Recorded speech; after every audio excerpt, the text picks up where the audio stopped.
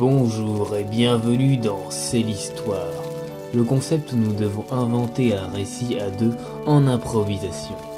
Aujourd'hui, nous accueillons dans le fauteuil d'invité Opportuniste. Bonjour. Les mots qui doivent être placés sont baguette magique, boîte, pouce, poil, rabbin.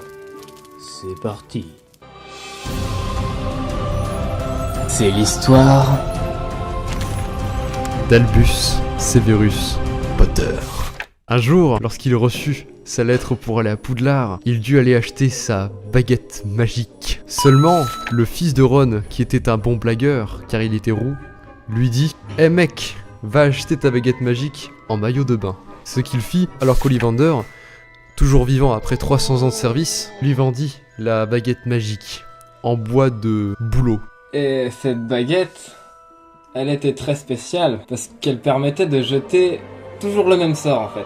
Et qu'en plus, il y avait certaines baguettes, tu vois, elles étaient en écrin de cheval, Ouais. en plume de phénix, sauf que celle-ci, elle était en poil de cul de bouc noir. Et du coup, quand il jetait un sort, et ça transformait en poil de couille de chameau. Et il pouvait faire ça avec n'importe qui et n'importe quoi. Du coup, ça transformait les gens en tas de poils, genre on dirait des Chewbacca, mais genre en poil de couille de chameau. C'était waouh! Ce qu'il fit tout de suite avec Ollivander, qui devient une boule de poil. Il la serra très fort et lui dit tu sens vraiment très bon. T'es très douce comme boule de poil. Tu vas m'accompagner dans mes aventures. Il prit ce qu'il restait d'Ollivander et continue son chemin dans la rue marchande des sorciers. Il croisa alors Hermione avec sa fille et lui fit un pouce en l'air, traduisant que le travail avait été fait proprement. Hermione cracha dans une boîte. Et alors, Albus récupéra le crachat. Et avec Ollivander, il créa une potion magique tout à fait spéciale. Qui permettait de transformer tout le monde, rien que par une goutte, en boule de poil, de cul de bouc noir. Et du coup, tout le monde était devenu un poil de cul parce qu'il s'amusait à en jeter sur tout le monde. Ils ont fait une grosse bataille de poils de cul de bouc noir. Du coup, ça appelait ça la guerre des poils de bouc. Et du coup, tout le monde se sont rassemblés, on voyait plein de poils comme ça, on aurait juste dit un gros tas de cheveux, mais en fait c'était une guerre. Et genre ça se mélangeait et tout, ça s'emmêlait les poils et tout. La légende raconte qu'un easter egg à la fin du 7ème film allait déjà prévoir cet événement. Lorsque la cape de Voldemort s'envola dans le ciel, on comprit que c'était en fait les poils de cul de bouc noir. J.K. Rowling l'avait même prédit dans un de ses tweets, elle avait dit « ça sent le poil de bouc ». Seulement le voyage d'Albus n'était pas encore terminé. Il se rendit compte que les cheveux d'Hagrid et les poils de cul de bouc noir avaient une étrange ressemblance. Mais passons.